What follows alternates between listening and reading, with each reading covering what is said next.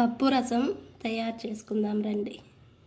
పప్పు రసం చేసుకోవడానికి ముందుగా పప్పు, ఒక టమోటా, 2 తెల్లగడ్డపాయలు వేసుకొని కొంచెం నీళ్లు పోసి కుక్కర్లో వేసి ఒక 2 విజిల్లు వచ్చే వరకు ఉడికించుకొని బాగా మెదుపుకోవాలి పప్పుని.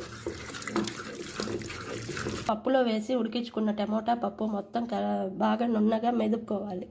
అది తీసి పక్కన పెట్టుకోవాలి.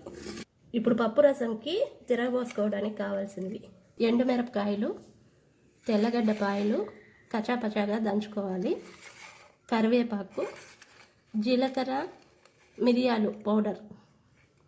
ఈ మిశ్రమం అంతా తయారు చేసి పెట్టుకోవాలి.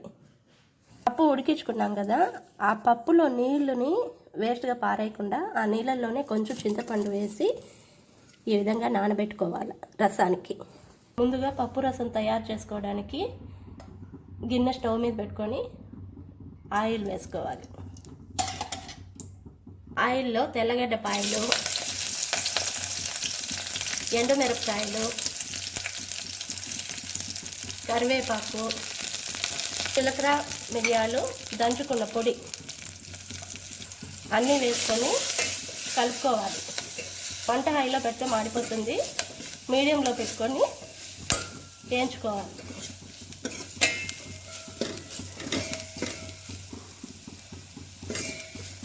బాగా వేయించుకోవాలి. తెల్లగడ్డపాయలు, మిరపకాయలు అన్నీ వేగాలి. తర్వాత దీంట్లో పసుపు పొడి వేసుకోవాలి.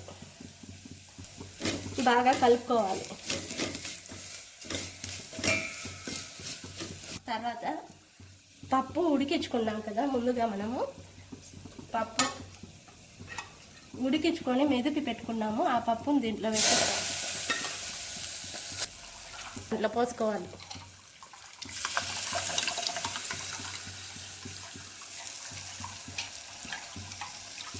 తర్వాత చింతపండు నానబెట్టుకున్నాం కదా, ఆ నీళ్ళను కానీ ఈ పప్పు మిశ్రమంలో పోసుకోవాలి.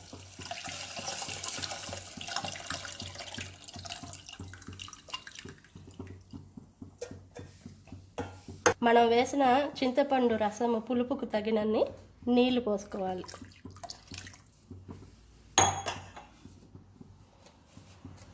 తర్వాత సాల్ట్ వేసుకోవాలి.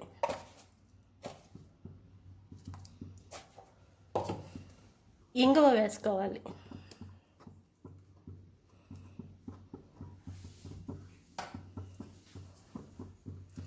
అన్నీ కలిసే విధంగా కలుపుకోవాలి.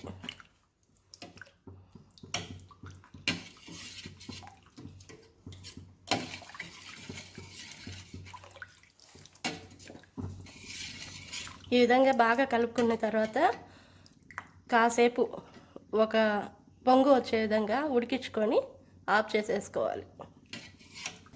పప్పు రసం బాగా ఉడుకుతుంది కదా, ఇంకా అయిపోయింది. దీన్ని ఆపేసుకుందాం. వేడి వేడి అన్నం తీసుకొని అన్నంలోకి మనం చేసిన పప్పు రసం వేసుకొని తింటే చాలా సూపర్గా ఉంటుంది. ప్లీజ్ లైక్ చేయండి, సబ్స్క్రైబ్ చేయండి.